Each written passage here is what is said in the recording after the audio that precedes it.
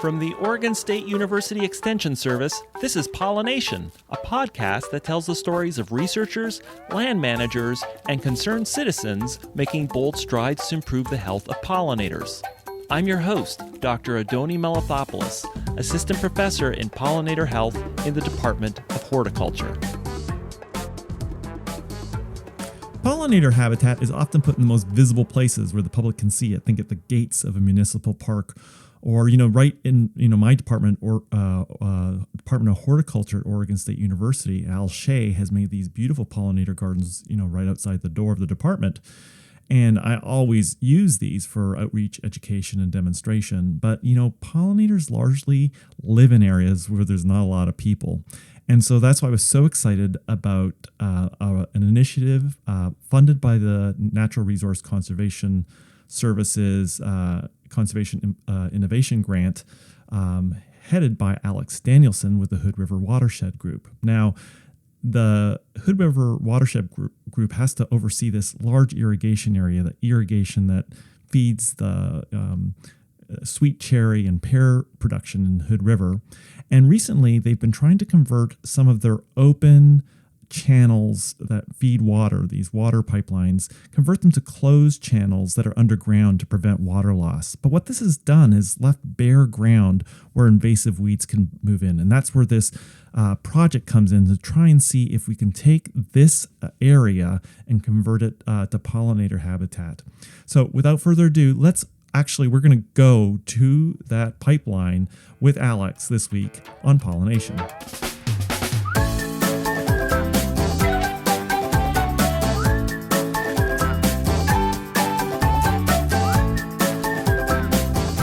All right. Well, hi, Alex. Welcome to Pollination. Thanks for having me. Where on earth are we? Great question. We're cruising down a pipeline corridor in the Farmers Irrigation District in Hood River County in the West Hills. What on earth is a pipeline corridor? Another good question. So, Oregon has hundreds and hundreds of miles of open canal infrastructure that irrigation districts use to move water that's diverted from a river or stream into an irrigation system that keeps our agricultural areas fed with water. But I don't see no water here. What's going on? Right. So our 100-year-old irrigation open canal infrastructure is failing. Yeah.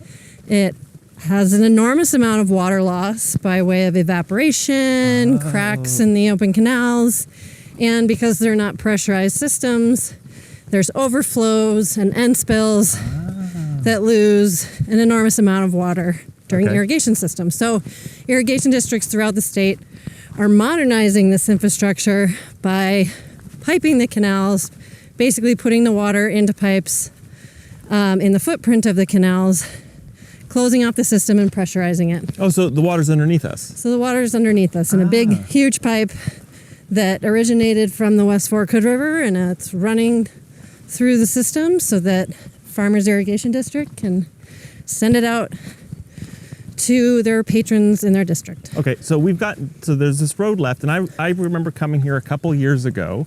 We'll talk about this, the project that you're involved in, but once you covered it over and you have this bare ground, then all sorts of weeds move in, I suppose. Right. Yeah. We've disturbed all this ground, and particularly here in Hood River, we have a really thriving population of weeds like knapweed and thistles and things that like to take over and colonize these freshly disturbed sites. Okay.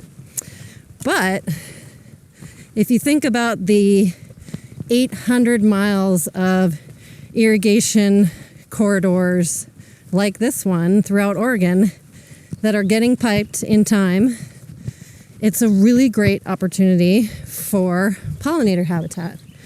And so if we can, as we pipe these canals, seed them with specialty mixes that are ideal for pollinator populations, native pollinator populations within a certain area, yeah, then think about all of that long stretches of uninterrupted. Little ribbons going through the landscape. Exactly. I love it. Okay, so how did this project get funded? How did it get started? Because right now it does not look like it looked like a couple of years ago. It was like shoulder height with like invasive weeds, and they're not here. I just see these nice little sproutlets. Yeah, and both of us came out of that first time with about 70 ticks each. So this is a little different. So this project is grant funded by the National Resource Conservation Service, and it's a conservation innovation grant. So they gave us money to basically develop a pilot project doing exactly this. Using pipeline corridors to develop pollinator habitat. And over the 3 years of the project, we will learn a lot of lessons, figure out what works, what doesn't, put together a best management practice manual and some communication materials. Yeah. And try to get other infrastructure managers, irrigation districts, even right-of-way managers, so on and so forth, to copy this project and get more and more pollinator habitat across the state of Oregon, and then, hey, maybe even beyond. I love it. So we're at the start of the project, and it's taken. The thing is, I guess most people who are thinking about pollinator projects and pollinator habitat, they're like, okay, I'm just gonna take the weeds down, I'm gonna seed into it, away I go. You took 2 years to get to this really nice, clean state. Right.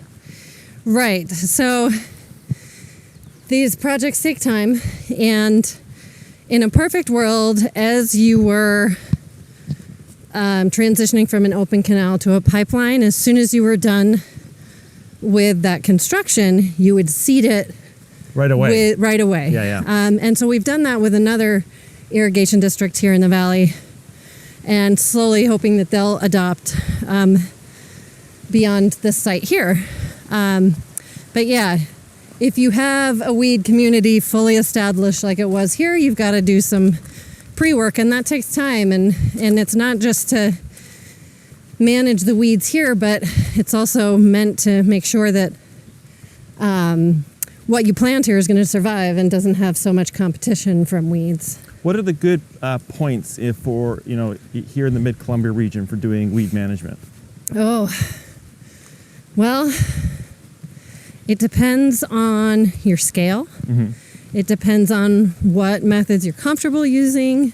It depends on what weeds you have established and what the best practices are for managing it. Gotcha. This pipeline runs through a lot of open, clear-cut logging areas. Yeah. And so the weed input, the seed bank just outside of this pipeline area is heavy and strong. And so we have to think of it in the long game, try to get our native plants here established so they can outcompete the weeds that are waiting in the wings right nearby. Okay, well, we're looking forward to catching up with you in the future. I guess next year, this year you're out. Oh, I forgot to ask you. I forgot to ask because I know the answer. How are you figuring out whether this restoration will have an impact on pollinator communities? Yeah, well, the great thing about this project is that we have several really great partners. Mm-hmm. It's this type of project we couldn't do on our own. And so we've asked experts like you and from OSU to help us with developing a monitoring program to understand who was here before we did the project and how they're using the space. And then after we have planted and implemented everything over time, how the abundance and diversity of pollinators change, and if our plantings here have made a difference. And this is 2.7 miles worth of pipeline and about 6.5 acres. And so we'll see over time if we have made an impact by nest traps and netting surveys like we were doing today. And with your help, figuring out who those bees are and how many of them are. That's right. I will say with the nest blocks, I think we've been doing this also with Columbia Land Trust at their Rainbow Farm location. And it just seems for us that we really know the bees well that nest in nest blocks. We've got a nice reference collection at OSU, and we have a system for getting them, emerging them. And so it's worked out really well for us. It's a nice constrained group of bees. I know some people use these passive traps, but you often have so many bees and it's hard to keep up with numbers. So if this comes off, we've got a nice affordable way to evaluate restoration. Yeah, and amazingly, even novices like myself can install those traps if I do it the right way, and send them back to you for analyzing. Well, I guess the last thing maybe just to quickly mention here is that you have been working like with the seed mixture. I think Xerces Society was had a lot of suggestions on plant because this was seeded, I guess, broadcast seeded. Yeah, so the main footprint of the pipeline was broadcast seeded. We got input from Xerces, from a native seed company in Washington called BFI, and then we have a local nursery nearby called Humble Roots, and they helped put together the plant list. We planted some forbs here, and they grew out. I've been meaning to interview them. They're really good, and they do a lot of. So good. Yeah. Okay. So I see some forbs along the side here. Yeah. So these are grown just over the hill in Mosier by Kirsten and Drew at Humble Roots, and they helped put together the plant list. They came out and walked the pipeline with us, got a sense for the space and what plant communities would do well here. And so they grew these out for us over the course of a year. And then BFI ended up putting together a seed mix based on input, an experience that they had and input from Xerces. And so it's a pretty extensive list. It's heavy on grass species because that tends to be what establishes well. And even if other things make it in the first year, the grass will usually crowd out the other flowering forbs. Help keep everything at bay. Yeah. Huh. And so the forbs, the more expensive forbs are kind of, because I guess vehicles may be driving down this, so the forbs are kind of on the edges. Yeah, where there's kind of a bump out in the pipeline footprint here. We planted, there's 1,500 forbs altogether up and down in these patches here. And so far they're looking pretty great. Look awesome.